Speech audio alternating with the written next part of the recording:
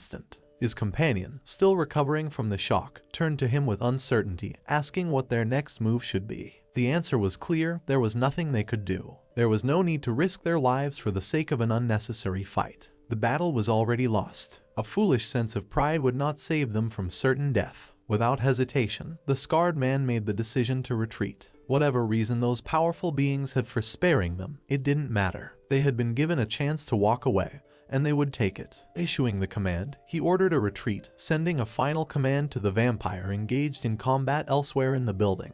The vampire, however, did not immediately comply. His thirst for battle was not yet sated. He had not defeated his enemy, and to leave now, without a decisive victory, went against his very nature. But the tall man's voice carried a warning, a threat. There would be consequences if he dared to disobey. The vampire hesitated for only a moment longer before finally relenting. With clear reluctance, he began to step back, his eyes lingering on Shinwoo. There was an intensity in his gaze, an unspoken promise that their battle was not truly over. Slowly, he turned away and walked off, his retreat casting a shadow of unease over the confrontation. Shinwoo, breathing heavily, tried to make sense of the abrupt shift. Confusion flickered across his face as he watched the enemy leave without a word. It didn't feel right. It didn't feel like a victory. But Ikhan's voice brought him back to the present. There was no time to dwell on it now. Whatever the reason, the vampire was leaving, and their priority was to get Yuna out safely. Shinwoo nodded in agreement, pushing aside his unease. Together, he and Ikhan moved quickly, helping Yuna to her feet. She struggled to stand, her body weak from exhaustion. Shinwoo's voice softened as he asked if she was hurt, his concern evident. Yuna shook her head, reassuring them that she wasn't injured, but admitted that her legs were too numb to move properly. Before they could plan their next move, the sound of approaching footsteps caught their attention. Their heads snapped toward the entrance just as two familiar figures stepped inside. The tension in the air dissipated in an instant as the children's faces lit up with relief. Walking into the dimly lit construction site were the chairman and Rai, their composed expressions a stark contrast to the chaos that had unfolded moments ago. There was no need for words, just their presence alone was enough to bring a sense of security. The chairman's voice, calm yet firm, carried through the space as he inquired about their well-being. A wave of relief washed over the children as they saw the two of them standing there, safe and unharmed. Their expressions softened, their previous fear melting away as they returned the warm, reassuring smiles offered to them. Rai stood motionless, his gaze fixed on the dark expanse beyond Frankenstein's enormous window. The night outside stretched endlessly, silent and indifferent to the events that had unfolded. Behind him, Frankenstein stood with his arms crossed, his expression unreadable as he recounted the situation. He had ensured that the children were sent home, their safety his top priority. Despite their initial reluctance to part ways, they ultimately chose to stay together at Yuna's house, still shaken by what had transpired. The police had already set up a perimeter around her residence, their presence solidifying the undeniable fact that she had been kidnapped. Yet, strangely, the perpetrators had not harmed any of the children. Aside from a minor injury on Shinwoo, there were no signs of violence against them. It seemed clear that the assailants had never intended to kill them. If they had, the children would not have escaped unscathed. Frankenstein's tone darkened as he continued speaking. There was something unnatural about the energy radiating from those who had attacked. It had been subtle but unmistakable. A lingering sensation of unease had settled over him, as though their very presence had disrupted the natural order of things. Rai, still gazing into the void, acknowledged his words with a quiet certainty. The entities they had encountered were unlike any others, beings that could never truly belong anywhere. Frankenstein frowned, puzzled by his master's cryptic response. What exactly did he mean? How could they not belong? Yet, Rai offered no further explanation. His expression remained distant, lost in contemplation, as though searching the depths of the night for an answer that would not come. Elsewhere, perched atop a deserted rooftop, the two assailants sat recovering from their encounter. The scarred man exhaled sharply, flexing his wounded arm as he attempted to channel his regenerative ability. To his frustration, the injury refused to heal properly. The energy of his opponent lingered within the wound, interfering with his recovery in a way he had never experienced before. His tall companion, standing nearby, watched him with concern, his thoughts clouded with uncertainty. Their battle had left him with more questions than answers. The adversaries they had faced were unlike any they had encountered before. Who exactly were those people? What kind of beings possess such unfathomable strength? The scarred man, however, was fixated on something else. He recalled how his companion had been affected during the fight, his body moving involuntarily at the mere sound of that strange man's voice. It was an ability unlike anything they had encountered before, a level of control that seemed almost supernatural. The realization unsettled him. His companion had a similar ability, the power to influence minds, albeit to a much lesser extent. For him to be dominated so easily suggested that the enemy possessed an overwhelming force, one that surpassed their understanding. But true mental domination, it was an impossible feat. Even his own abilities, weak as they were, required immense effort to penetrate the minds of others. To manipulate someone so effortlessly, to strip them of their will in an instant, should not have been possible. And yet, the scarred man could not dismiss the thought. He turned to his companion, his voice carrying an edge of suspicion as he reminded him of a well-known human myth, the story that vampires could dominate the minds of their prey, luring them into their grasp with a mere glance. The tall man scoffed at the idea, dismissing it as nothing more than fiction. But the scarred man was not so easily convinced. Legends, he mused, often contained grains of truth buried beneath the embellishments. He pressed further, pointing out an undeniable fact. His companion's own power, the ability to manipulate the minds of those whose blood he consumed, was proof that such abilities existed.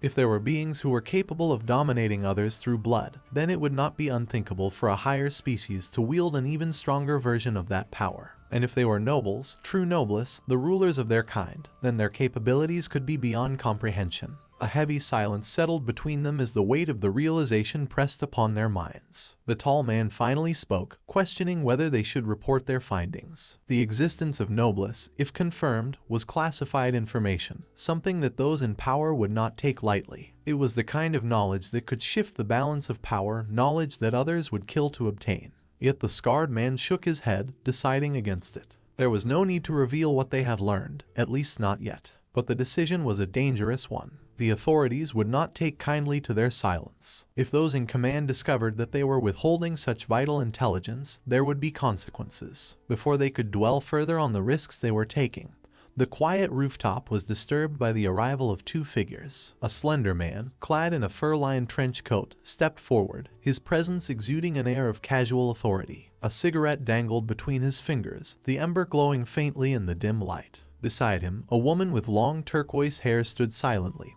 her bangs covering her eyes, her expression unreadable. The man flicked his cigarette away, his gaze settling on the two sitting before him. There was irritation in his tone as he questioned their presence, finding it troublesome that they were here without reporting in.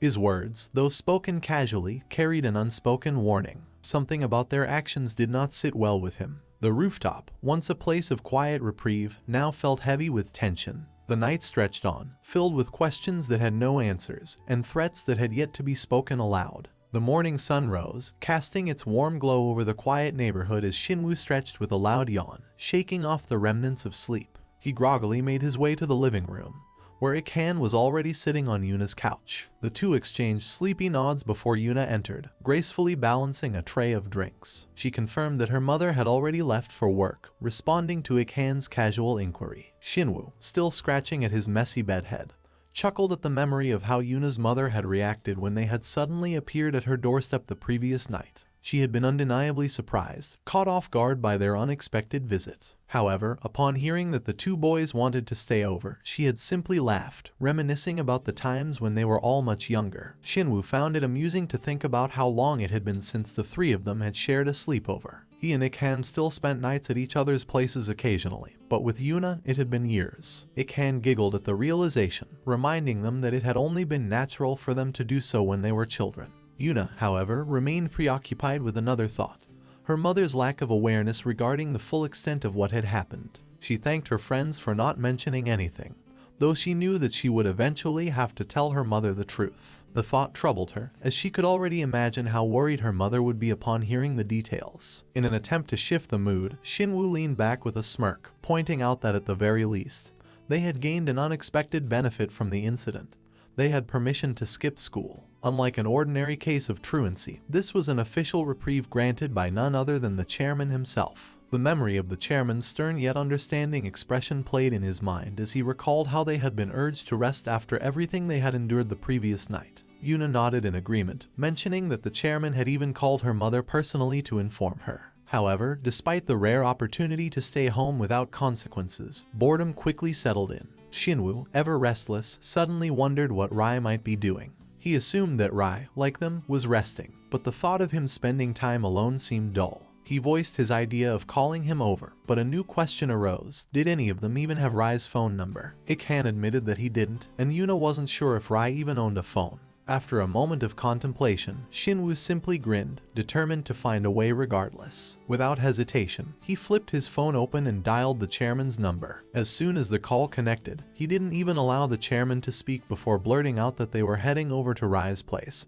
hastily ending the call before he could be stopped. At that moment, far away in the midst of an official school meeting, the chairman sat frozen, still holding his phone to his ear. The faculty members seated around him exchanged glances, puzzled by his abrupt reaction. Mr. Park, one of the senior staff members, cautiously inquired if everything was all right. He couldn't help but feel uneasy, noting that it was extremely rare for the chairman to take a personal call during such an important meeting.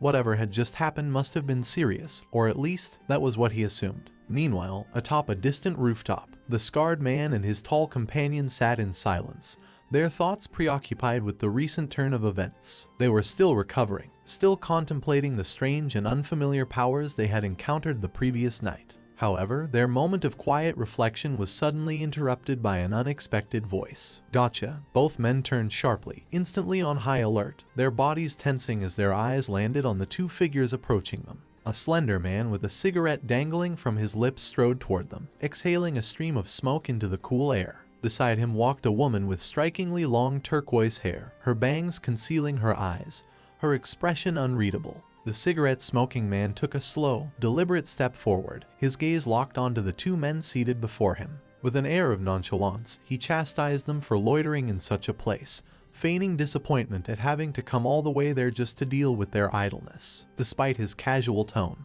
there was a sharpness in his words, an undertone of irritation. He flicked away the remnants of his cigarette before addressing them directly, calling them by names that sent a ripple of tension through the air. M21, he said, eyes landing on the scarred man. Then, his gaze shifted. M24, he addressed the tall man. The two sat frozen, exchanging wary glances. It was clear that their presence had not gone unnoticed, and whoever these new arrivals were, they held information that could spell trouble. Back at the chairman's house, the loud, persistent ringing of the doorbell shattered the quiet atmosphere of the lounge. The chime echoed through the halls as Rai stood in the center of the room, staring blankly at the intercom. From the other side of the door, Shinwoo's voice carried through the speaker, filled with his usual energy as he called out for Rai to let them in.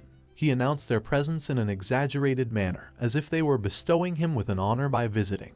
Yet, Rai did not move. His crimson eyes remained fixed on the intercom, his mind blank. The reality was simple. He had no idea how to open the door. As seconds passed without a response, Shinwoo grew impatient, yelling once again for him to hurry up. The persistent ringing continued, accompanied by Shinwoo's increasingly exasperated shouts. Rai, however, remained frozen in place, his expression unreadable, trapped in yet another predicament caused by his unfamiliarity with modern technology. The scarred man sat on the edge of the rooftop, his expression dark and unreadable as he stared out over the city. His companion, a tall, broad-shouldered man known as M24, stood beside him, arms crossed and jaw set in frustration. They had barely begun to process the events of the previous night when their solitude was interrupted by the arrival of two new figures. A man in a fur-lined coat and a woman with long turquoise hair approached them with an air of familiarity, their presence immediately setting both M21 and M24 on edge. The man in the fur-lined coat regarded them with an air of exasperation, his tone laced with irritation as he addressed them. He and his partner had been sent because the higher-ups were growing impatient with the lack of reports concerning the missing coffin. Their failure to communicate had not gone unnoticed, and as a result, the organization had dispatched these two to investigate. The woman's expression remained neutral, though her words carried an unmistakable weight. She mentioned that upon their arrival, they had already begun to hear unsettling rumors, stories of a corpse drained of nearly all its blood, followed shortly after by another inexplicable incident. The man in the coat turned his sharp gaze to M24, addressing him directly and accusing him of being responsible for the mess. He reprimanded him for acting recklessly, pointing out that his failure to exercise restraint had not only drawn unnecessary attention, but had also complicated their mission. The woman added that the higher-ups were particularly displeased with incidents like this, preferring to avoid such blatant disturbances whenever possible. M24, feeling the weight of their scrutiny, attempted to justify his actions. He explained that they had managed to capture the man who had stolen the coffin, but despite their best efforts, they had been unable to locate the artifact itself. Faced with no other option, they had used the thief in an attempt to track it down. However, before he could fully explain their reasoning,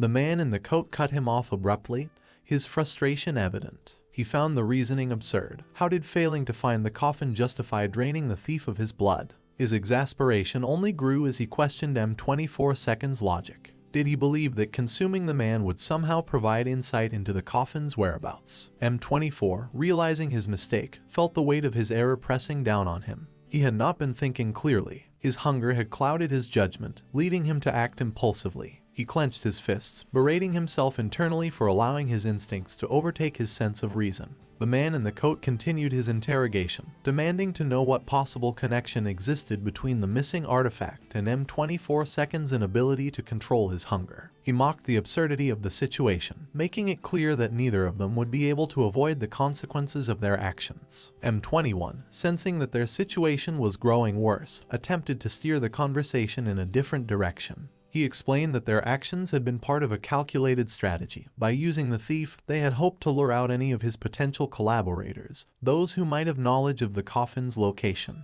He reasoned that since the man had already been doomed, they had seen no harm in making use of him this way. However, his explanation did little to appease their superiors. The man in the coat scoffed at the idea, dismissing their actions as nothing more than reckless desperation. Their so-called plan was flimsy at best, and no matter how they attempted to justify their decisions, they would still be held accountable for the chaos they had caused. As the conversation continued, the woman's gaze fell upon M21's arms, noticing the wounds that had not yet fully healed. She inquired about them, prompting M21 to recall the battle he and his companion had endured while tracking the coffin. He hesitated for a brief moment before responding, choosing to withhold the full truth. Instead, he fabricated a story, claiming that they had encountered a group of 10 individuals, all of whom appeared to have undergone systematic training. He deliberately kept his answer vague, unwilling to reveal too much information about their true opponents. The man in the coat stroked his chin thoughtfully, considering this new piece of information.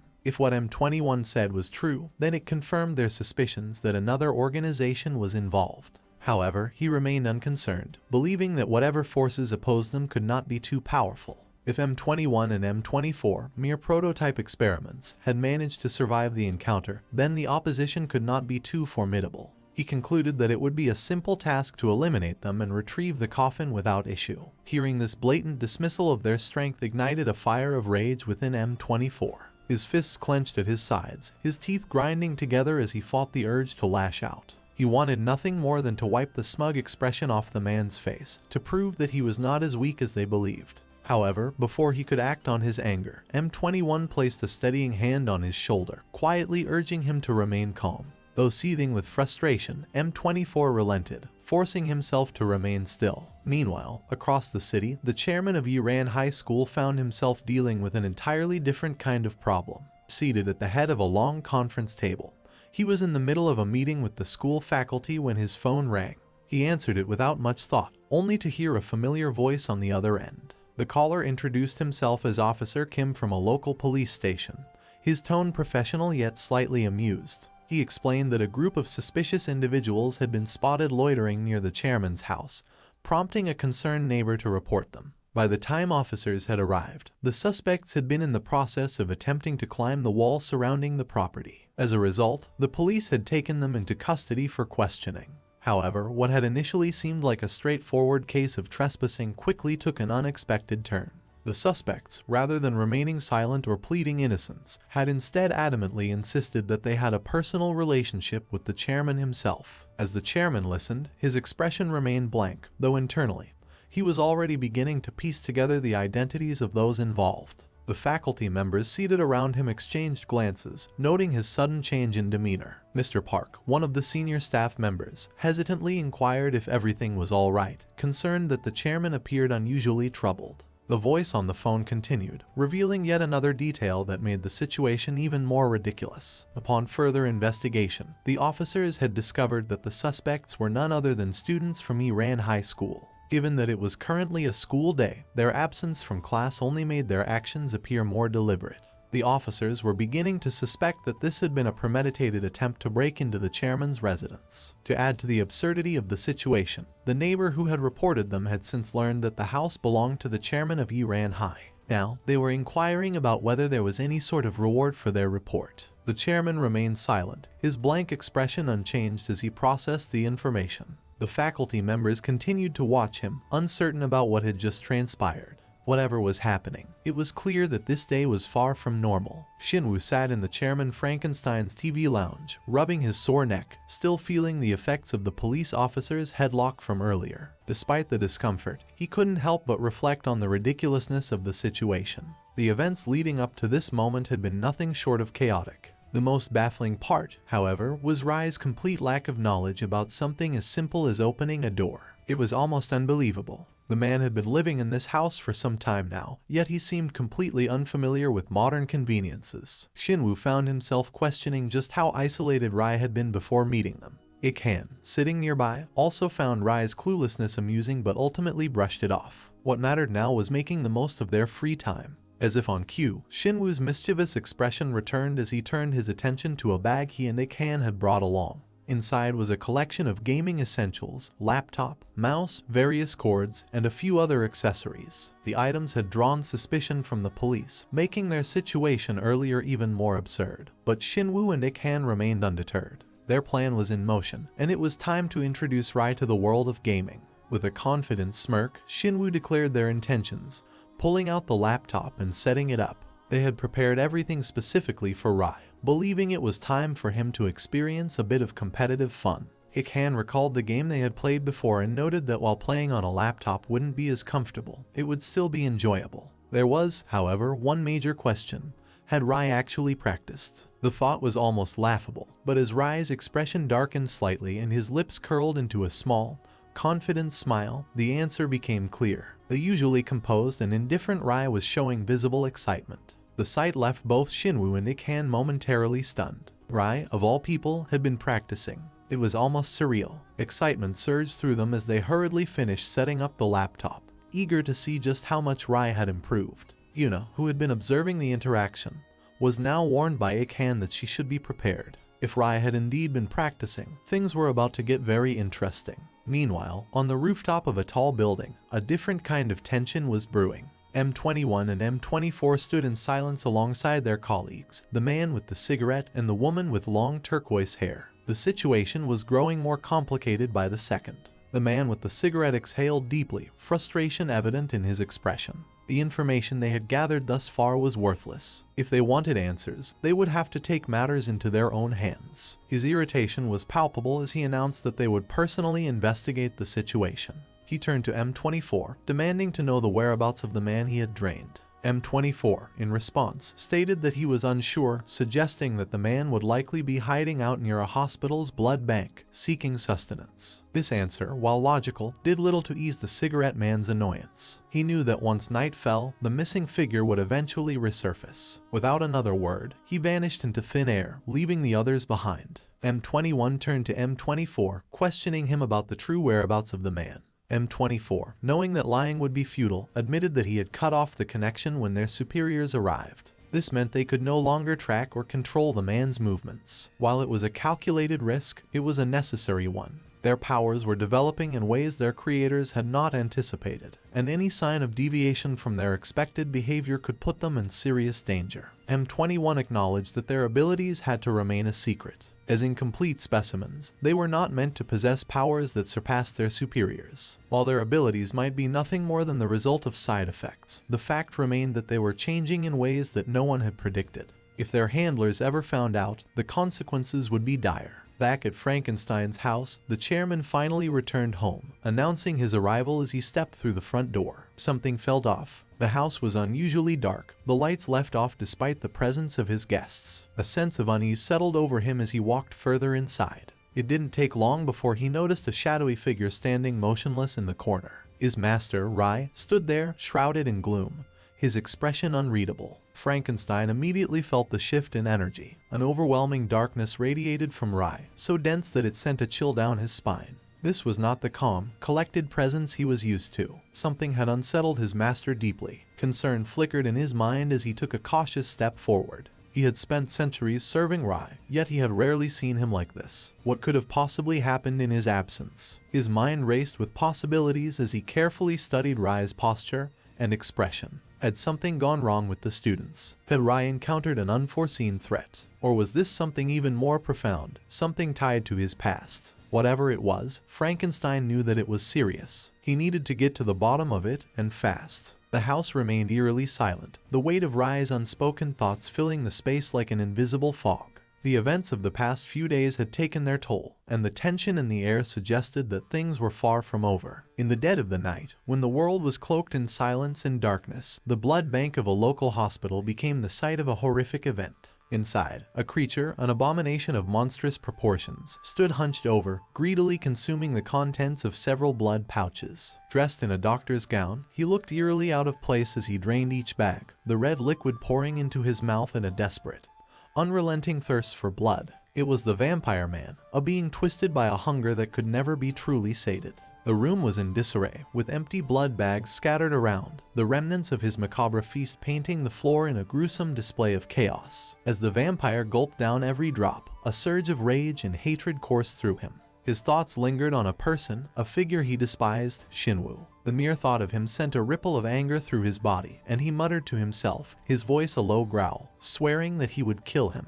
But his moment of solitude was abruptly shattered by the sound of a voice from behind him, startling him into alertness. He spun around, his eyes wild with fury, his instincts honed to violence. There, standing in the doorway, was a man who seemed unfazed by the blood-soaked scene before him. The man's presence was calm, almost casual, as if the gruesome spectacle was of no consequence to him. The vampire bared his fangs, hissing in a low, threatening growl, his posture defensive, ready to strike. The man, however, didn't flinch. Instead, he spoke with a hint of amusement, offering a casual apology for disturbing the vampire's meal, explaining that his only interest was to satisfy his curiosity. The vampire's growl intensified, his rage growing, and he snarled in anger, demanding to know who dared to approach him in such a manner. The man, seemingly undeterred, met the vampire's fury with calm indifference. With a raised eyebrow, the man scrutinized the vampire, noting the bizarre choice of disguise, his doctor's gown, before continuing with a bemused remark. He pointed out that the vampire's restraint was misguided. The blood he had consumed was merely a substitute, an imitation, not the real thing. The man's voice grew more condescending as he questioned whether the vampire truly believed himself to be human, if he thought he still held on to any semblance of humanity. It was a ridiculous notion, the man implied, that the vampire would settle for bags of blood when there was real, living prey to be had.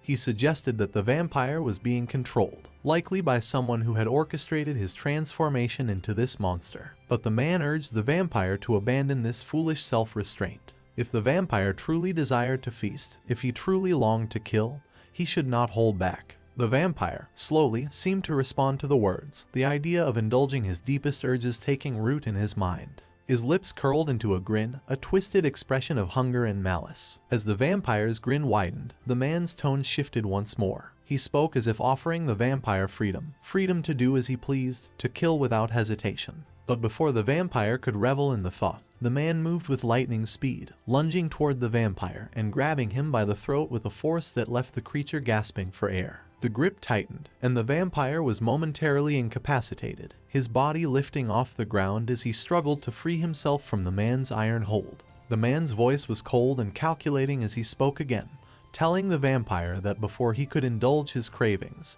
he would have to share what he knew. The man, despite his ominous demeanor, assured the vampire that he would be patient, understanding the vampire's apparent struggle with language. It was clear that the man was in control, and the vampire's once dominant rage seemed to ebb in the face of his overwhelming power. Elsewhere, the situation was unfolding rapidly. The vampire, now unleashed, was on a rampage. His bloodlust was no longer contained, and he tore through the hospital with savage ferocity. Hospital staff, patients, and anyone unlucky enough to cross his path were slaughtered mercilessly. The halls became a macabre scene, the walls and floors stained with the blood of the innocent. The vampire's rampage was unstoppable. his fury overwhelming all who stood in his way. He killed without remorse, his mind consumed by the singular need to feed and to destroy. The hospital, once a place of healing, became a tomb, its corridors filled with lifeless bodies and pools of blood. The sounds of screams, followed by silence, echoed through the building as the vampire's bloodlust took hold of every corner. As dawn broke the following morning, the world outside the hospital remained unaware of the horror that had unfolded within. But the news soon spread like wildfire. The media, ever quick to report such grisly events, covered the incident with shocking details. A terrible crime had taken place, and the local news broadcasted the details for the world to hear. A heinous act of unimaginable scale, the newscaster announced, the grim tone of her voice capturing the severity of the situation. The news report described the brutal murders of both hospital employees and patients during a sudden and unexplained blackout. Investigators were still attempting to determine the exact number of victims, but one thing was clear: a massacre had occurred. The authorities had mobilized all available manpower, vowing to uncover the truth and find those responsible for the bloodbath. For Rye and Frankenstein, the news was far from surprising. As they sat together, watching the morning broadcast, their expressions darkened with rage and disbelief. They knew exactly what had happened. The vampire man, the one they had tried to control, had broken free, unleashing a nightmare upon the hospital. Frankenstein's lips curled into an angry frown, his eyes narrowing with frustration. The realization that the situation had spiraled out of their control was palpable. Rye, too, felt the weight of the failure pressing down on him. The vampire's actions were not just an act of violence, they were a message that they had underestimated the true extent of what they had created.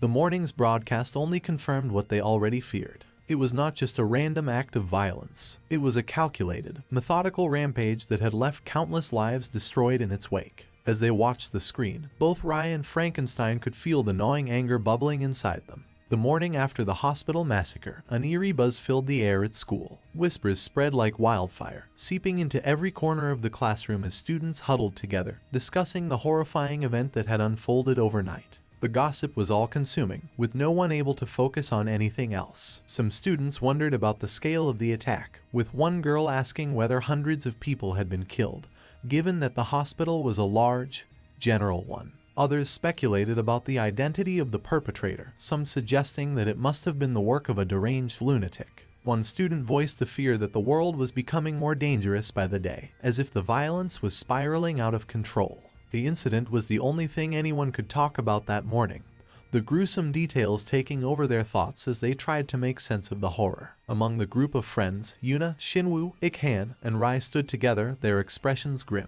each one processing the news in their own way. Ikhan, ever the logical thinker, was the first to speak, his voice heavy with suspicion as he muttered to Shinwoo that it was obvious who was behind the attack. He didn't even need to say the name, everyone knew who he meant. Shinwoo, his face taut with anxiety, nodded in agreement, his mind already leaping to conclusions. Yuna, however, was visibly shaken, her worry written across her face. She clenched her heart with her fist, unable to shake the feeling that something was terribly wrong. Rai, normally stoic and unreadable, betrayed his concern for the first time. His usual indifference was replaced by a subtle, but unmistakable, unease. Ikhan adjusted his glasses, as if bracing for the weight of the words he was about to speak. He elaborated on his suspicions, recalling how the people who had targeted them previously had been bizarrely erratic in their behavior. Despite their clear intent to kill, they had backed off suddenly, almost as if they had been forced to retreat for some unknown reason. That oddity had lingered in Ikhan's mind, and now, with the bloodshed at the hospital, he couldn't help but connect the dots. He speculated that these individuals had been the ones behind the massacre, suggesting that their actions had nothing to do with the original mission they were sent on.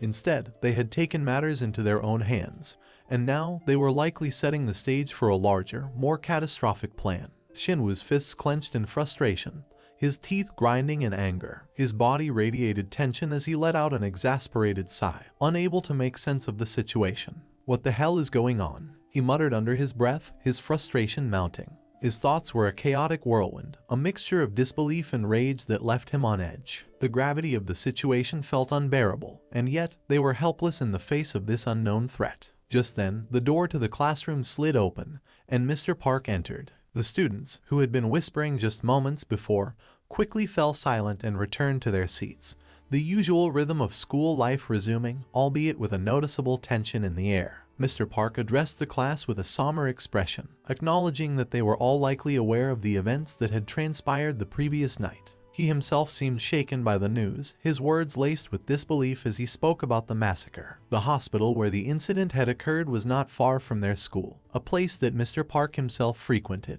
The connection between the classroom and the crime hit close to home, and Mr. Park took a moment to compose himself before continuing. The police and media had been vague in their reports, but it was clear that the incident was one of homicide. Given the proximity of the school to the crime scene, as well as the scale of the attack, the decision had been made to close the school campus temporarily for safety reasons. Mr. Park stressed the severity of the situation, explaining that the homeroom teachers had chosen to break the news to the students personally, as it was too gruesome to be broadcast within the school environment. The room fell into a heavy silence as Mr. Park's words sank in. The students sat in quiet shock, their heads bowed, their faces etched with concern and sadness. It was a rare sight in the usually lively classroom. This was no ordinary announcement. The weight of the tragedy had settled over them, leaving an uneasy air hanging in the room. Mr. Park's voice softened as he implored the students to remain indoors, to avoid going out at night, and to minimize their time outside during the day. His advice was clear and urgent. Safety was the priority. He finished with a heartfelt wish for the students' well-being, hoping that they would all remain safe and healthy during this unsettling time. With a sad smile, he turned and left the room, leaving the students to process the news in their own ways. In unison, the class responded to Mr. Park's instructions, their voices subdued as they muttered a soft, "Yes, sir." But even as they said it, the sense of unease remained thick in the air. Meanwhile, on a rooftop overlooking the city, two figures stood in silence. M21 and M24, both veterans of the brutal world they inhabited, gazed down at the city beneath them. The weight of the situation was palpable, and neither of them seemed at ease. M24's voice broke the stillness, his tone full of frustration as he expressed disbelief at the actions of those responsible for the massacre. How could they, he wondered, be so reckless as to commit such an atrocity in the heart of the city, knowing full well the consequences of their actions? M21, always the more pragmatic of the two, responded with a measured tone, explaining that the perpetrators likely had no choice. They were bound by their orders, even if it meant disobeying the higher-ups who had cautioned against causing a scene. The chaos they had just unleashed was, in M21's eyes, just another part of the plan, a plan that they would now have to answer for. He grimaced at the thought, knowing that they would likely be blamed for the bloodshed, despite not being the true instigators. The fallout would be catastrophic, and it seemed like there was nothing they could do to stop it.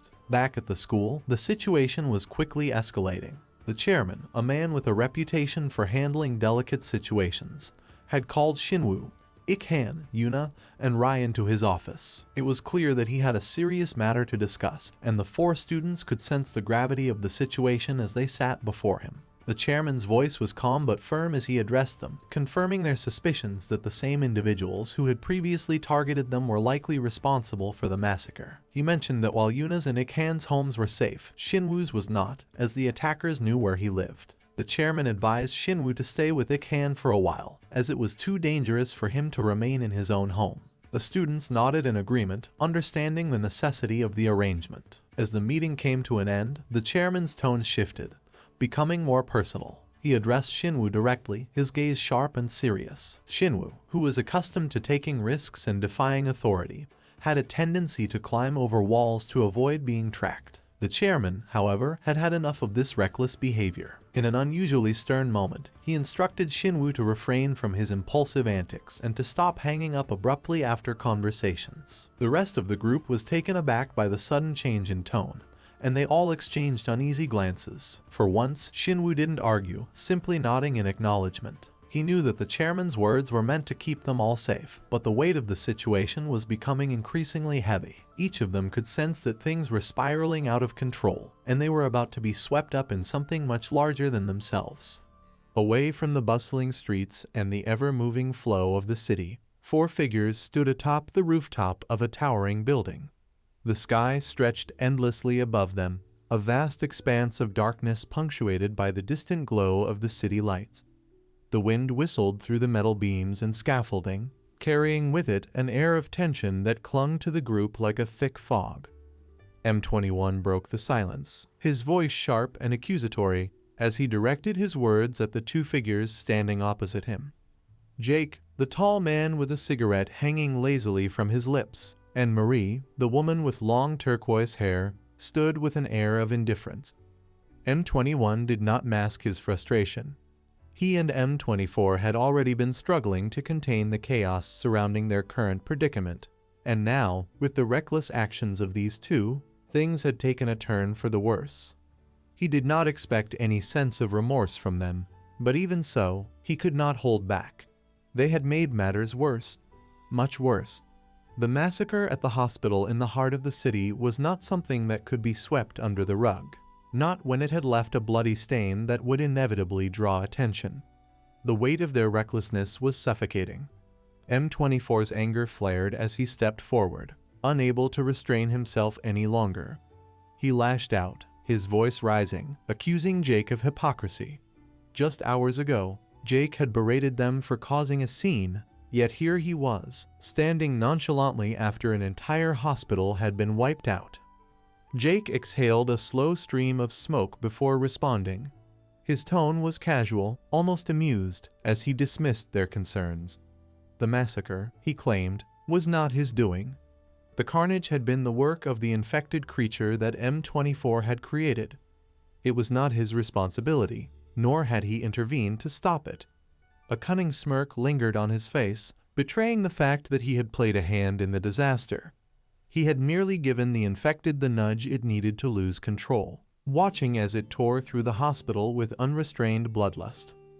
A moment of silence passed between them, each side gauging the other, measuring their intentions and patience.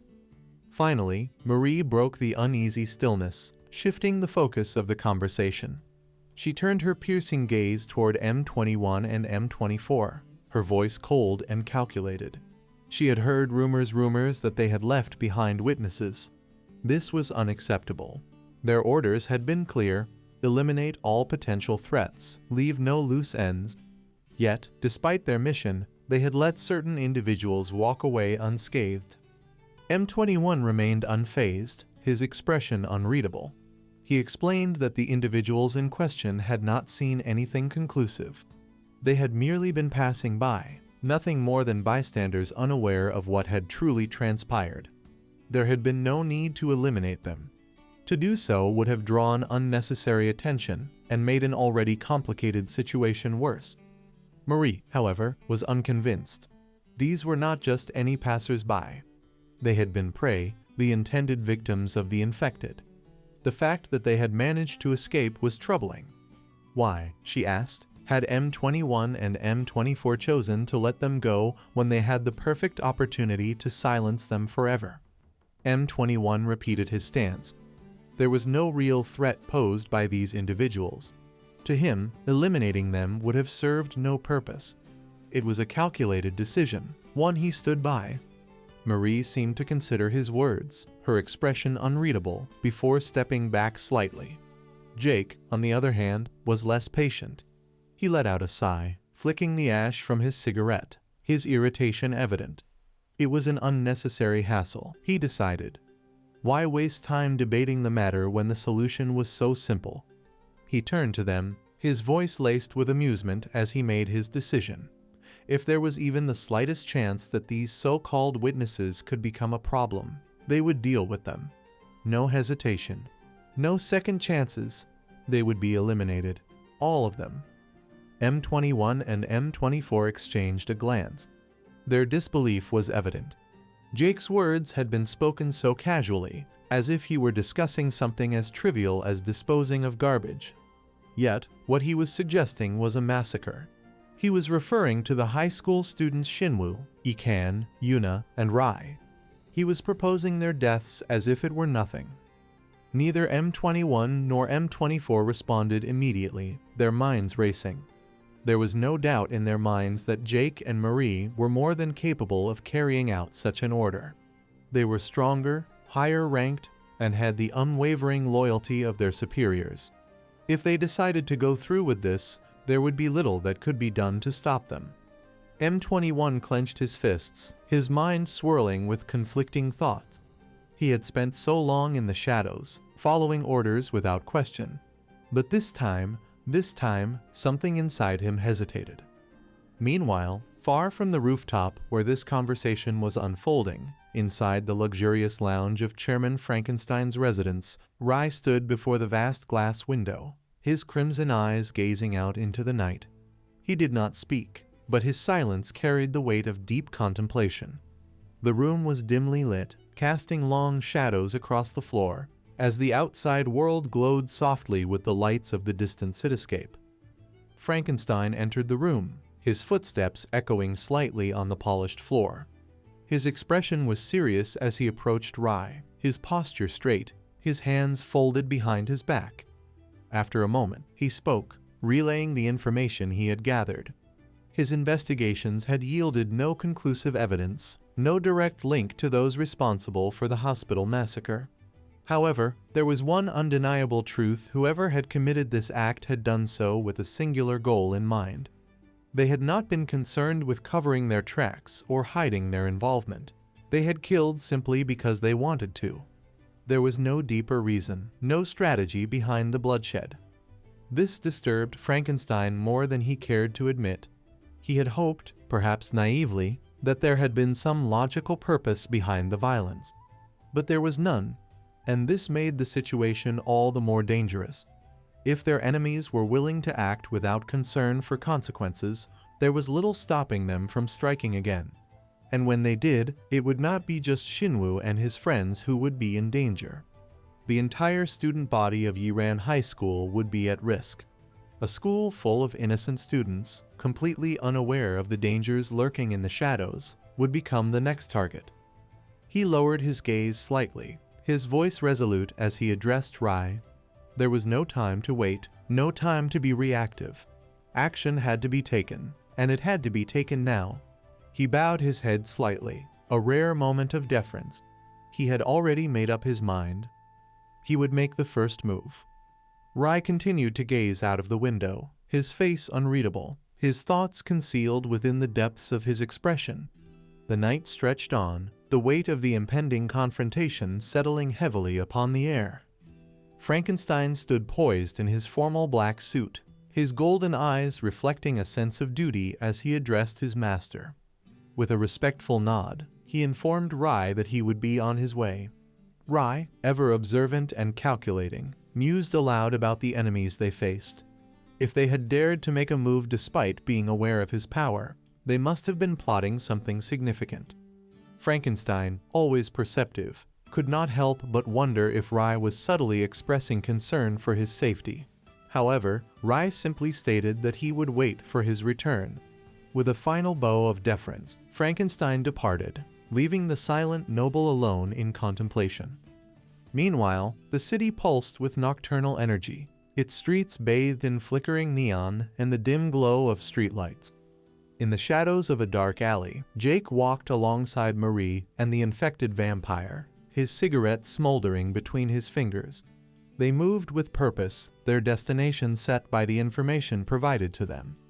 The infected creature had tracked one of the witnesses, a link to the very event that Jake intended to erase from existence. Frustration lingered in his voice as he scoffed at the delay. He had been forced to wait until nightfall, and patience was not his virtue. As they strolled through the dimly lit streets, an unexpected interruption occurred. A group of young men loitered on the sidewalk, their eyes drawn instantly to Marie. Emboldened by arrogance, they began catcalling, their jeers echoing off the alley walls. One of them, braver than the others, stepped forward, his eyes gleaming with misplaced confidence. He grinned, his words laced with feigned charm as he attempted to invite Marie to leave her companions and join them instead. Another joined in, his tone lecherous as he suggested a place they could go for entertainment. Their taunts grew bolder, their disrespect evident as they dismissed Jake and the infected vampire, deeming them irrelevant. Jake exhaled smoke through gritted teeth, his eyes narrowing as he assessed the situation. These foolish humans had no idea what they had just provoked. They were nothing but insects, buzzing irritably around a predator far beyond their comprehension. The momentary silence was shattered as Jake made his decision, his words cold and merciless as he declared their fate. The infected vampire wasted no time. With inhuman speed, he lunged forward, his fangs bared. sinking them into the nearest unfortunate soul. The others barely had time to react before the bloodshed began. The alley was soon filled with panicked screams, each one swiftly silenced as the vampire tore through the helpless men. Their bodies crumpled to the ground, lifeless husks drained of vitality, discarded like broken dolls. The streets, once filled with idle chatter, now carried only the scent of blood and death. Unbeknownst to Jake and Marie, two figures stood atop a nearby rooftop, watching the carnage unfold. M21 and M24 observed the unfolding massacre with grim expressions. They had anticipated trouble, but even they were taken aback by Jake's audacity. He had brazenly shifted the blame onto them, using their presence as an excuse to justify his actions. It was clear that he wanted them to retaliate, to rise to his challenge and engage him directly. M21 understood the game that was being played. Jake was not merely confident, he was arrogant. He truly believed that he could eliminate both of them without effort. Despite Marie's shared disdain for them, she would not have gone to such extremes. No, this was Jake's doing. His hunger for violence, his thirst for chaos, it all stemmed from his twisted nature. M24 clenched his fists, frustration evident in his stance. He voiced his thoughts, noting that even if the organization discovered Jake's actions, they might not take action against him. M21, however, had a deeper understanding of Jake's past. He revealed a chilling truth: Jake's first true massacre had not been among civilians, it had happened within the organization itself. Long ago, in a secret laboratory funded by the organization, Jake had been transformed into what he was now. That facility had been heavily guarded, its security unparalleled, with over 100 elite agents stationed to protect it. Yet, despite their training, they had been powerless against Jake. The entire research facility had been wiped out. Scientists, guards, researchers, none had survived his wrath. The reason? A minor grievance. During an experiment, he had been subjected to pain. That trivial discomfort had been enough to ignite the massacre. M24 listened in horrified fascination. The sheer senselessness of it all baffled him. How could someone commit such atrocities over something so insignificant? And yet, rather than being punished, Jake had been rewarded. The organization had simply looked the other way, integrating him into their elite squad of assassins instead. It was a disturbing realization. If Jake's past crimes had been overlooked, then the events of tonight would be treated no differently. Despite the grim circumstances, M21 saw a potential advantage. If Jake and Marie continued down this path, they would inevitably draw the attention of more powerful forces. M24 immediately understood what he meant. If the students were targeted, it would not simply be a battle between them and Jake. Ryan Frankenstein would intervene, and even Jake, as formidable as he was, would struggle against those two. Their musings were abruptly interrupted by the shrill ringing of a phone. The sound echoed eerily in the still night, breaking the tense silence. M24 reached into his pocket, retrieving the device. It belonged to the girl they had kidnapped earlier, a remnant of their previous encounter. A sense of unease settled over them. Could it be Shinwoo or Ikhan trying to contact them? Were they being watched? M21 instructed M24 to answer it. Bracing himself, M24 pressed the phone to his ear, his expression darkening as he listened to the voice on the other end. However, instead of an urgent plea or a vengeful threat, what greeted him was something entirely unexpected. A cheerful, almost mechanical voice cheerfully announced a loan advertisement, promising up to $5 million without any collateral. As the trademark jingle played, M24 stared in disbelief before promptly hanging up. The absurdity of the moment lingered between them. Even in the midst of such grim circumstances, the world continued spinning, oblivious to their turmoil. The irony was not lost on them, but the levity was fleeting. Their situation remained dire. The bloodshed in the alley was just the beginning. The true storm had yet to arrive. Elsewhere, within the confines of the mansion, Rai stood before the grand glass window, his gaze fixed on the cityscape beyond. Frankenstein's words lingered in his mind. The hospital incident had yielded no tangible evidence, no clear motive beyond the sheer desire to kill.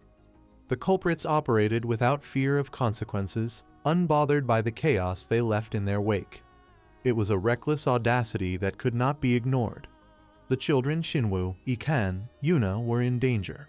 Their school, their lives, were now within the crosshairs of an enemy that did not hesitate to slaughter. Frankenstein had expressed his resolve, bowing in deference as he vowed to take the first move. Yet, even as Rai stood in solitude, his crimson eyes unwavering, a storm of thoughts churned within him. The darkness within the city was growing, seeping into its very fabric, and soon it would come knocking at their doorstep. The time for waiting was over. The battle had already begun. Jake and Marie followed the infected vampire through the dimly lit streets, their footsteps echoing against the pavement as they approached a tall apartment building. The air was heavy with the weight of their unspoken intentions. The vampire halted in front of the entrance, his gaze fixed upward, scanning the floors as if searching for a specific window. Jake exhaled in mild amusement, knowing that the moment they had been waiting for had finally arrived. The hunt was nearing its conclusion. As they took a few steps forward, the silence of the night was interrupted by the commanding voice of a man. A pair of patrolling policemen stood a short distance away, their presence an unexpected hindrance to their plans. The officers, clad in dark uniforms, surveyed the trio with suspicion. One of them, noticing the vampire's unsettling demeanor and the faint traces of blood that still clung to his clothes, instinctively reached for his firearm. The massacre that had unfolded across the city had left authorities on high alert. With an unprecedented serial killer on the loose, protocol dictated that any encounter with suspicious individuals be treated as a potential threat. "Stop! Hands where we can see them," one of the officers commanded, his voice sharp and unwavering.